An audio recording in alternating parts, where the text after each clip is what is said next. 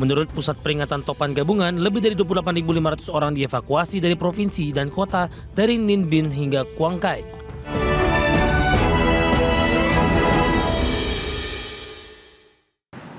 Pemirsa, terima kasih Anda masih bersama kami. Sekitar 30.000 warga Vietnam mengungsi akibat Topai Phuai Loi yang melanda Vietnam pada hari Minggu kemarin. Akibat badai Topan Phuai Loi, 1 orang dinyatakan tewas setelah terjebak banjir di kota Hue, sementara 12 nelayan dinyatakan hilang.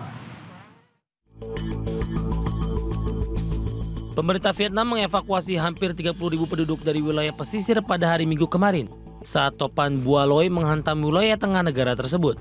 Topan Phuai Loi menjadi bencana badai ke-10 yang melanda Vietnam tahun ini. Badai Topan Phuai Loi menerjang daratan Vietnam selepas pukul 22 waktu setempat dan menghasilkan angin berkecepatan 130 km per jam. Menurut Pusat Peringatan Topan Gabungan, lebih dari 28.500 orang dievakuasi dari provinsi dan kota dari Ninh Binh hingga Quang Khai.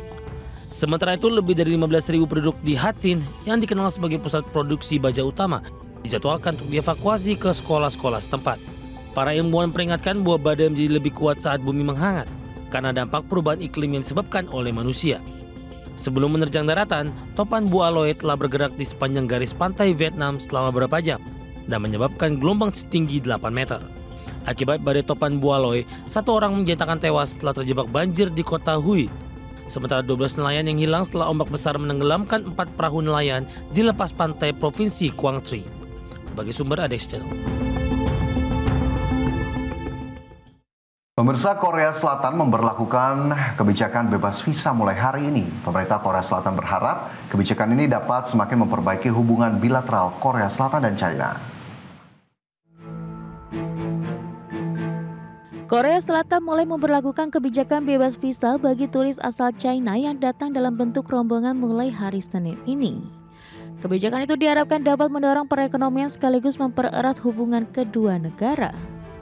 Melalui program uji coba yang akan berlangsung hingga Juni 2026, turis dari daratan China yang berpergian dalam kelompok minimal 3 orang dapat tinggal di Korea Selatan tanpa visa selama 15 hari. Dimulainya kebijakan ini bertepatan dengan libur nasional China pada 1 hingga 8 Oktober, serta libur panjang di Korea Selatan di periode yang sama. Program bebas visa ini pertama kali diumumkan pada Maret 2025 menyusul kebijakan China pada November 2024 yang memberikan bebas visa bagi warga Korsel hingga 30 hari.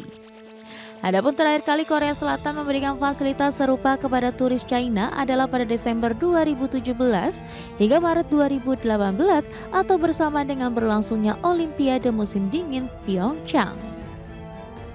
Pemerintah Presiden Korea Selatan Lee Jae-myung berharap kebijakan ini dapat semakin memperbaiki hubungan bilateral Korea Selatan dan China menjelang kunjungan Presiden China Xi Jinping ke Korsel pada akhir Oktober mendatang dalam rangka menghadiri KTT Asia Pasifik. Berbagai sumber, IDX Channel. Pemirsa, BYD resmi mengoperasikan kapal raksasa pengangkut mobil ke-8 yang seluruh proses operasionalnya sepenuhnya dilakukan mandiri. Langkah ini menegaskan kemampuan BYD dalam mengelola logistik skala besar sebagai bagian dari ekspansi bisnis otomotifnya yang sangat pesat. Kapal ini memiliki kapasitas besar untuk membawa ribuan unit kendaraan, dimanfaatkan untuk mengirim mobil listrik BYD ke berbagai pasar modal. Pengoperasian secara mandiri memungkinkan BYD mengatur pengiriman dengan efisiensi tinggi, mengurangi ketergantungan pada pihak ketiga dan mempercepat distribusi produk ke konsumen akhir. Inisiatif ini juga sejalan dengan visi BYD untuk memperkuat rantai pasok dan penguasaan distribusi dalam menghadapi permintaan mobil listrik yang terus meningkat. Kapal pengangkut ini memperkuat posisi BYD sebagai pemain utama industri otomotif global, khususnya dalam segmen kendaraan listrik. Manajemen BYD menyatakan pengoperasian kapal ini merupakan bukti nyata komitmen mereka untuk inovasi dan kemandirian dalam operasional global. Selain efisiensi, aspek keberlanjutan juga diperhatikan dengan teknologi ramah lingkungan di kapal ini yang mendukung pengurangan jejak karbon pengiriman. Dengan pengoperasian kapal pengangkut mobil terbesar yang sepenuhnya mandiri, BYD semakin solid memperkuat jaringan distribusi globalnya. Langkah ini mendukung ambisi BYD dalam menjadi pemimpin pasar kendaraan listrik dunia melalui optimalisasi logistik dan ekspansi bisnis. Berbagai sumber, IDX Channel. Pemirsa, XPeng, produsen mobil listrik asal Tiongkok, semakin memperluas jaringan bisnisnya ke Eropa Tengah dengan membuka dealer baru di 3 kota utama Austria, yaitu Wina, Salzburg, dan Graz. Ya, ekspansi ini merupakan langkah penting dalam memperkuat kehadiran XPeng di pasar mobil listrik Eropa. Dealer baru XPeng di kota-kota strategis Austria ini dilengkapi dengan fasilitas penjualan dan layanan purna jual yang modern. Langkah ini bertujuan memberikan kemudahan akses bagi konsumen mobil listrik sekaligus meningkatkan pengalaman pelanggan dalam memiliki kendaraan XPeng yang ramah lingkungan dan berteknologi tinggi. Ekspansi jaringan ini juga mencerminkan strategi XPeng untuk menguatkan posisi di Eropa Tengah, pasar yang sedang berkembang pesat dalam adopsi kendaraan listrik. Hadirnya dealer di kota-kota utama Austria semakin mendekatkan XPeng dengan konsumen lokal dan mempercepat pertumbuhan pangsa pasarnya di wilayah tersebut. Manajemen XPeng menegaskan komitmen jangka panjang mereka untuk terus berkembang di Eropa melalui investasi dalam infrastruktur layanan dan jaringan distribusi. Ekspansi ini juga menjadi bagian dari misi perusahaan untuk mendukung transisi energi bersih dan mobilitas berkelanjutan secara global. Dengan pembukaan dealer di Wina, Salzburg, dan Graz, XPeng semakin mantap memperluas kehadirannya di Eropa Tengah. Langkah ini menunjukkan ambisi kuat XPeng untuk menjadi pemain utama dalam industri mobil listrik global dan mempercepat transformasi mobilitas masa depan. Berbagi sumber, IDX Channel. Masih bersama kami di Prime Market Highlights, pemirsa, Palestina secara resmi mengajukan permohonan untuk menjadi anggota penuh BRICS, blok negara berkembang yang semakin berpengaruh di kancah geopolitik. Ya, permohonan ini disampaikan langsung oleh Duta Besar Palestina untuk Rusia, Abdel Hafiz Noval.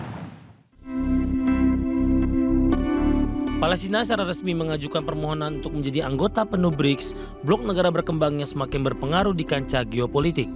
Duta Besar Palestina untuk Rusia, Abdel Hafiz Noval, menegaskan bahwa otoritas Palestina telah mengirimkan permohonan resmi meski hingga kini belum ada jawaban dari pihak BRICS. Langkah ini dipandang sebagai upaya Palestina untuk memperkuat posisi diplomatiknya di tingkat internasional melalui kerjasama dengan negara-negara berkembang besar. BRICS sendiri dibentuk pada 2006 oleh Rusia, China, India, dan Brazil sebelum Afrika Selatan bergabung pada 2011. Sejak 2024, blok ini terus meluas dengan masuknya Mesir, Uni Emirat Arab, Ethiopia, dan Iran, serta Indonesia yang resmi bergabung pada Januari 2025. Kini, Palestina berharap bisa menjadi bagian dari blok yang mewakili kekuatan baru dalam perekonomian global. Adapun menyikapi hal ini, China menyatakan keterbukaan terhadap mitra baru yang sepaham untuk memperkuat kerjasama BRICS. Juru bicara Kementerian Luar Negeri China, Guo Jiakun, menekankan bahwa BRICS merupakan platform penting bagi negara berkembang dan simbol dorongan multipolaritas dalam hubungan internasional. Dukungan terbuka dari anggota inti BRICS seperti China dipandang memberi peluang lebih bagi Palestina